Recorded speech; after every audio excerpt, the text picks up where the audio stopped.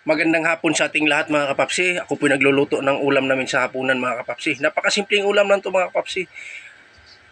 Paksiw na bangus to mga kapapsi. Marami na rin akong upload na paksiw na bangus pero iba-iba po yung pagproseso sa pagluto mga kapapsi. Papakita ko sa inyo mga kapapsi at tapusin nyo hanggang dulo. Kakaibang paksiw na bangus to mga kapapsi. Naglalagay po tayo ng ricados, bawang, sibuyas. Yan, ilalagay natin luya, hindi mawala sa paksiw yung luya. Saka lahat ng mga ricados natin pinagsasama ko na sila lahat. Kakaibang style to nga bangus mga kapapsi, paksiw na bangus. Yan. Maglagay tayo ng kunting mantika. Yan ang panagdag lasa yan mga kapapsi. Napakadali lang tong gawin mga kapapsi, napakasimple lang. Kahit na sundan nyo, napakadali lang gawin nyo. Yan.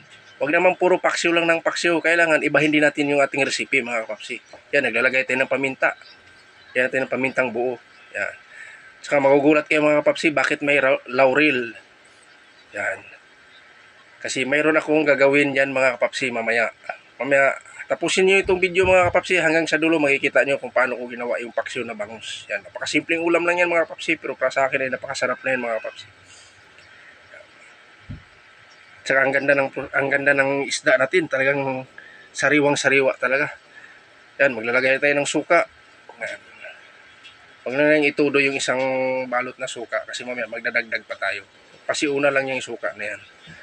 Saka maglalagay din tayo ng kunting tubig para mabilis maluto yung ating isda. Yan mga kapapsi, kumukulo na. Saka maglalagay tayo ng bulaklak ng saging. Yan. Dahil napakasarap sa paksiw yan mga kapapsi, bulaklak ng saging. Yan. Saka maglalagay din tayo ng sibuyas, dahon ng sibuyas mga kapapsi, para lalong bumabango at malasang malasa yung ating recipe mga kapapsi. Yan.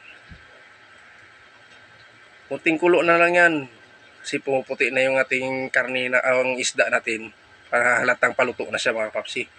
Yan po mga kapapsi, ang purpose ko kanina bakit may laurel, kasi gagawin natin siya ng paksiw adobo. Lagyan natin siya ng tausi mga kapapsi.